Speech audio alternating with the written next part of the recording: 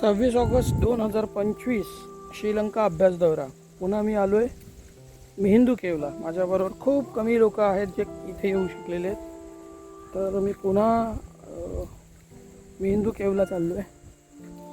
आणि आत्तापर्यंत मी जेवढ्या वेळा आलो तो वैशाख पौर्णिमेला आलो आहे. म्हणजे 2 वेळा आधी आलो होतो. माझं हे तिसरं टर्म आहे. तर आधी मी मेहिंदू केवला आलेलो नव्हतो. यावेळेला पुन्हा मेहिंदू केवला आलो आहे. आणि कमी लोक आहेत माझ्याबरोबर आणि तशी गर्दी आणि कोणीच नाही जवळपास. हे ते मेहिंदू केवला आत्ता जातो आहे. जवळपास कोणीच नाही आहे. माझ्याबरोबरचे 1-2 जे आहेत ते आलेत, 2-4 लोक. आणि मी आता चाललो आहे मेहिंदू केवला. हे मेहिंदू केवचं ठिकाण आलो आहे आणि इथे कोणी नाही आहे. वैशाख पौर्णिमेच्या दिवसांमध्ये मी आलो आहे तेव्हा प्रचंड गर्दी असते, पण इथे तरीही लोक कमीच असतात. त्या तुलनेमध्ये आजही लोक कमीच आहेत इथे. तर हे मेहिंदू केव. मी आलो आहे पुन्हा मेहिंदू केवला आलो आहे आणि मी आता मेहिंदू केव पाहतो आहे. तर इथे बरेचसे मॉन्क आलेत जे म्यानमारमधून आहेत. आपल्याला इथे साधे उपासक येताना दिसत नाही, पण आता इथे भदंत आलेले आहेत जे म्यानमारमधूनचे आहेत. तर ते आलेत. आपण पाहतो इथं तर मेहिंदू केव आहे आणि आता मेहिंदू केवला आपण पोचतो आहे. हे ते ठिकाण आहे.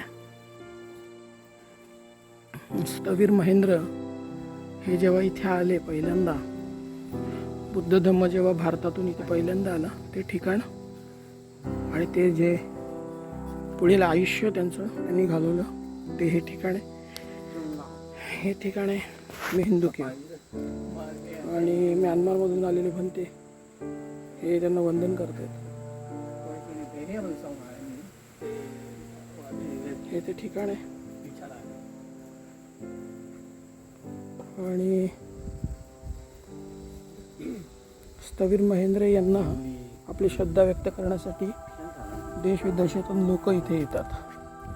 तर स्थवीर महेंद्र जिथे राहिले ते हे ठिकाण. आपण आधी देखील मी आलो होतो 2 महिन्यापूर्वी वैशाख पौर्णिमेच्या निमित्ताने. ते हे ठिकाण आहे.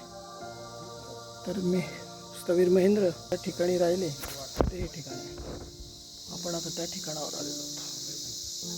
मेहिंदू केव म्हणून ओळखलं जाणारे हे ठिकाण म्हणजे स्थवीर महेंद्र यांचं जवळपास 40 ते 45 वर्ष ते इथे राहिले. असं हे अत्यंत पवित्र स्थळ आहे.